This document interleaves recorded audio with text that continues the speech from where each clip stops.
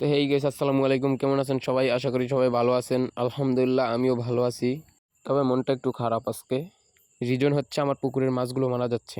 এই জন্য চলে আসলাম পুকুরে ওষুধ দেওয়ার জন্য। আমার সাথে আছে আরিফ ভাই এবং আমার ভাতিজারা। মূলত ঔষধটা আরিফ ভাই দিবে, আমি তার কাজে হেল্প করব। এই জন্য নিয়ে আসলাম কিছু চুনা এবং সাথে আছে অক্সিবেট পাউডার। তো এদিকে আরিফ ভাই কিনারায় ওষুধ দেওয়া শুরু করে দিয়েছে, আর মাঝখানে ওষুধ দেওয়ার জন্য একটি নৌকা আছে। নৌকাটা হিসার জন্য আমি আর ভাতিজা চলে যাচ্ছি। তো এদিকে আরিফ ভাই বলতেছে তার অক্সিবেট ট্যাবলেটটা দেওয়া শেষ, তাই সে চলে আসলো চুনাটা নেওয়ার জন্য। চুনাটা নিয়ে আমরা চলে গেলাম নৌকাটার কাছে।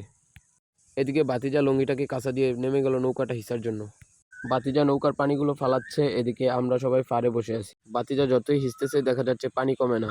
পরবর্তীতে দেখা গেল যে নৌকাটার তলা ফুটা। এই জন্য আরিফ ভাই সেটার উপরে উঠেই ওষুধ দেওয়ার জন্য চেষ্টা করলো। আরিফ ভাই একটু মাঝখানে যেতে না যেতেই নৌকাটি ডুবে যেতে লাগলো। এদিকে ভাতিজারা মনের সুখে নারিকেল গাছকে জড়িয়ে শুয়ে আছে।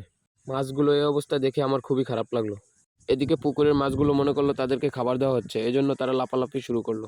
অবশেষে আরিফ ভাই ফুটা নৌকাটা থেকে নেমেই গেল। এখন সে পাড়ে হেঁটে হেঁটে ওষুধ দেওয়ার চেষ্টা করতেছে। ওদিকে আরিফ ভাই চুনা দিতেছে, এদিকে আমি চলে আসলাম আরেকটি ওষুধ মিক্স করার জন্য আমি এক বালতি পানি নিয়ে নিলাম। ওষুধটাকে বালতির ভিতরে ছেড়ে দিয়ে আমি একটি লাঠি নিয়ে ওষুধটাকে ভালোভাবে মিশিয়ে নিলাম। এদিকে আরিফ ভাই ওষুধটা দিতেই পুকুরটা সম্পূর্ণ লাল হয়ে গেল। আশা করি এই ওষুধটা দিতেই আমার পুকুরের মাছগুলো সুস্থ হয়ে যাবে। একটি কথা বলতে ভুলেই গেলাম, পুকুরে ওষুধ দেওয়ার আগে পুকুর থেকে সম্পূর্ণ মরা মাছগুলোকে উঠিয়ে নিলাম আমরা। তো গাইস, আজকের ভিডিওটা এই পর্যন্তই। পরবর্তী ভিডিওতে দেখানো হবে পুকুরের মাছগুলোর কী অবস্থা। তো সকলে ভালো থাকবেন, সুস্থ থাকবেন। আল্লাহ হাফিজ।